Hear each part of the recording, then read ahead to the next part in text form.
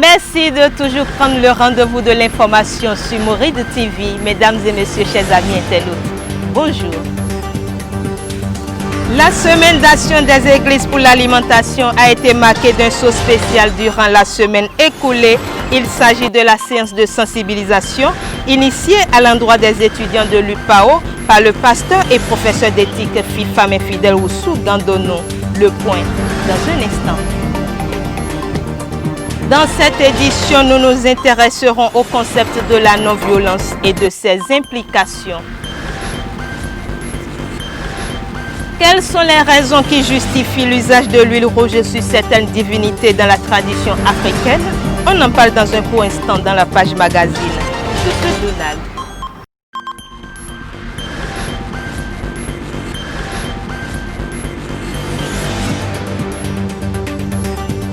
Mesdames et messieurs, c'est toujours un plaisir de vous retrouver. Séance de sensibilisation des étudiants de l'Université protestante de l'Afrique de l'Ouest UPAO sur la nécessité de bien s'alimenter. Une initiative du pasteur de l'EPMB, Femme Infidèle Oussou Gandono, dans le cadre de la Journée mondiale de l'alimentation et de la Semaine d'action des églises pour l'alimentation. Les images. Grandir, nourrir, soutenir ensemble, tel est le thème de l'édition 2020 de la Journée mondiale de l'alimentation, célébrée le 16 octobre de chaque année, étant dans la semaine d'action des églises pour l'alimentation et saisissant cette opportunité, Femme Infidèle Oussou Gandono, pasteur de l'EPMB, docteur en théologie, professeur permanente à l'Institut protestant méthodiste de théologie, et professeur d'éthique à l'Université protestante de l'Afrique de l'Ouest UPAO, a initié à l'endroit des étudiants une sensibilisation sur la nourriture pour la vie. Les étudiants ont donc été sensibilisés ce jeudi 15 octobre sur les thématiques « Bien produit, bien consommé pour bien survivre » et le gaspillage alimentaire. Le gaspillage s'observe depuis le champ de la production, depuis que les paysans sont sur le chaîne d'approvisionnement pendant la distribution, pendant la transformation et pendant la consommation.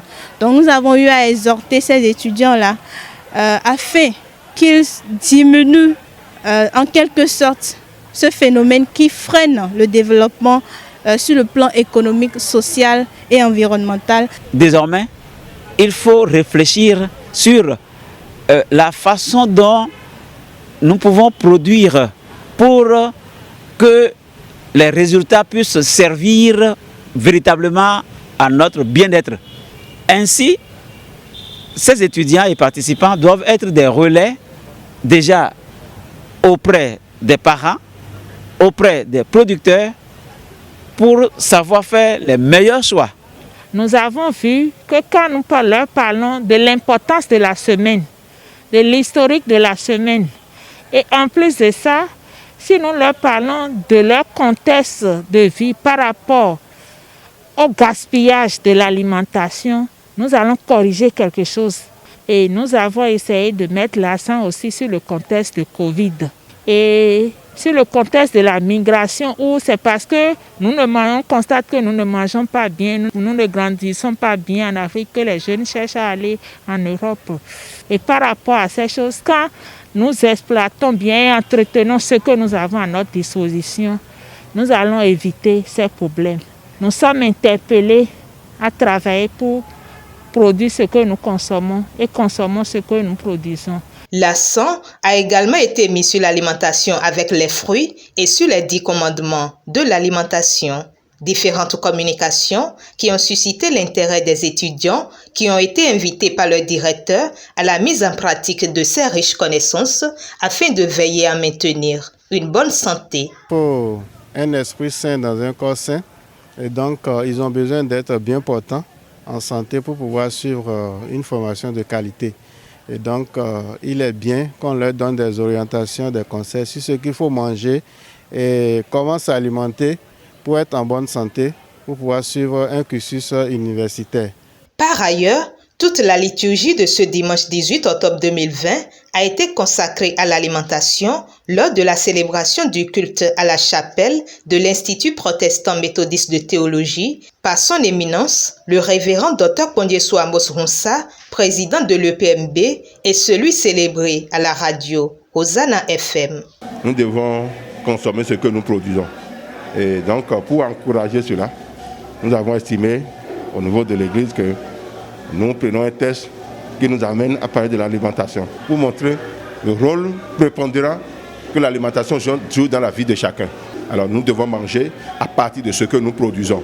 C'est vrai, Jésus invite à la réflexion, à l'innovation, à l'intellect, mais tout au même moment, il demande ce dont nous disposons de pouvoir consommer cela. Pour les fidèles qui ont encore un peu d'espace de terre dans leur maison, dans leur domicile, nous les exhortons à cultiver de petits jardins, à planter des arbres fruitiers, à planter un peu de tout pour relever un peu le défi qui est devant nous, celui de l'alimentation. Les fidèles et pasteurs de l'EPMB sont donc invités à prendre en compte ces recommandations de la liturgie sur l'alimentation et à être également des relais. Philosophie et pratique qui rejettent le recours à la violence comme solution au conflit, la non-violence est un concept qu'il importe de prôner de plus en plus, et ceci depuis l'éducation à la base. On en parle dans cette Vox Populi que je vous invite à suivre. Quand on parle de la non-violence, il s'agit de la paix. C'est-à-dire tout ce qu'on va faire pour éviter la violence, les désordres, les guerres. Ça implique un comportement depuis la base. Sinon, ce n'est pas quand on grandit qu'il faut commencer, c'est depuis la base qu'il faudrait commencer par éduquer les enfants, pas mettre comme principe, qu'on appelle fondamentaux, pour dire attention, il faut d'abord commencer. Et dans nos propos, dans nos actes, dans tout ce que nous faisons, il ne faudrait pas qu'on sente la violence dedans. C'est-à-dire les enfants tels que nous les voyons, depuis la maison, moi je vais commencer depuis la maison, entre les deux parents, papa et maman, il faudrait que dans leurs propos, dans leurs actes, qu'on sente qu'ils ont des comportements qui prônent qu'on appelle la paix. Maintenant, à l'école, il faudrait que l'enseignant, le maître, puisse tout faire pour leur inculquer ce que veut dire la paix. C'est-à-dire entre camarades, sur la même table, dans le même groupe, en classe, dans l'école, il faudrait qu'on fasse tout pour éviter tout ce qui peut créer la violence. Dans nos rues aujourd'hui, vous voyez, les gens sont tellement si violents. Il y a moins gestes, il y a les conducteurs de taxi, ils insultent, ils menacent, c'est-à-dire ils veulent se battre. Aujourd'hui, même sur les réseaux sociaux, les gens sont violents. À travers nos écrits, pas tout ce qu'on doit faire là, on doit sentir la paix dedans. Dans nos églises, au niveau de nos ONG, on doit mettre l'accent sur la non-violence. Puisque si on ne le fait pas, c'est vrai tout ce qui se passe autour de nous, ou bien on entend, ça peut venir. Mais pour éviter le pire, il faudrait qu'on commence par se sentir dans nos comportements. À partir de l'école primaire, il faut qu'on commence par sensibiliser, mettre l'accent sur le civisme, sur la morale. C'est là d'abord. Bon, l'État est en train de le faire. Mais moi, je voudrais encore qu'on mette l'accent sur ça. C'est-à-dire que ce ne serait pas théorique, mais que ça soit pratique. Le maître même, l'enseignant, le professeur, c'est-à-dire il peut être tenté, on est tenté par les apprenants d'autres fois. Il faudrait qu'on montre attention que nous ne sommes pas là pour la violence, mais nous sommes là pour la paix. Lorsqu'il y a non-violence, on prône la non-violence déjà d'abord au foyer. C'est que la femme et l'homme doivent apprendre à dialoguer au point de ne pas venir jusqu'à se ruer dessus et à se donner des coups de violence devant les enfants. L'adversité est brisée lorsqu'il y a la non-violence. Alors que dans la violence crée d'autres violences et perpétue la violence. En société, vous verrez que les gens des forces de l'ordre et surtout la justice parlent de coups. Ils ont leur thème pour parler de voies et violences de fait, CVF. Donc ils ont leurs articles pour punir ça. Pour dire que la violence dans une société tue carrément les individus. Ça tue la voie de la solution. Vous avez vu Mahatma Gandhi, entre les peuples et à la guerre, lorsque on veut arracher les indépendances, c'était surtout par la guerre, par les canons. Et ça déchirait, ça laissait beaucoup de traces, beaucoup de pertes de vie humaine. Non, Mahatma Gandhi, lui, il s'est dit que non, on peut dialoguer, les peuples peuvent dialoguer entre eux et trouver les solutions à leurs problèmes. La non-violence, je crois que c'est la seule solution morale et éthique qu'on pourrait utiliser pour régler tous les problèmes, quelle que soit leur origine. De manière pédagogique aussi, vous verrez que lorsque l'enseignant, face à son apprenant, utilise la non-violence, il est beaucoup plus compris. Alors que lorsque vous utilisez la violence, le contraire, vous allez voir, on va déserter l'école, vous allez voir la désertion de l'école coloniale. c'est dû à beaucoup de fait qu'il y avait le bâton qui était utilisé de façon incontrôlée. La violence n'a jamais réglé un bon problème. Donc lorsque le pédagogue observe la non-violence face à son apprenant, l'apprenant a plus confiance en lui et se donne. La société doit faire en sorte qu'aujourd'hui, nous allions vers la seule solution qui est la non-violence. Autrement, les sociétés vont se détruire sans qu'on ne parvienne jamais au but visé qui est la paix. Et moi, j'ai toujours prôné, pour qu'il y ait non-violence dans les pays africains, il faut qu'on aille puiser à la tradition. Parce que nos parents avaient un moyen de pouvoir régler leurs problèmes et ils ont institué une hiérarchie qui était respectée et qui est transmise de génération en génération. Si cette hiérarchie est respectée, on aura la paix. Dans la tradition africaine, au cours des rituels et aux sacrifices, l'huile rouge est utilisée pour plusieurs divinités. Nous avons à cet effet rencontré quelques traditionalistes pour mieux cerner les raisons justifiant l'usage de cette huile. Suivez plutôt. L'une des spécificités du culte endogène est l'usage de l'huile de palme, communément appelée huile rouge. Cette huile, obtenue par pression de la pulpe du fruit du palmier à huile. Et elles sont diverses, les divinités pour lesquelles l'huile rouge est utilisée lors des rituels ou sacrifices.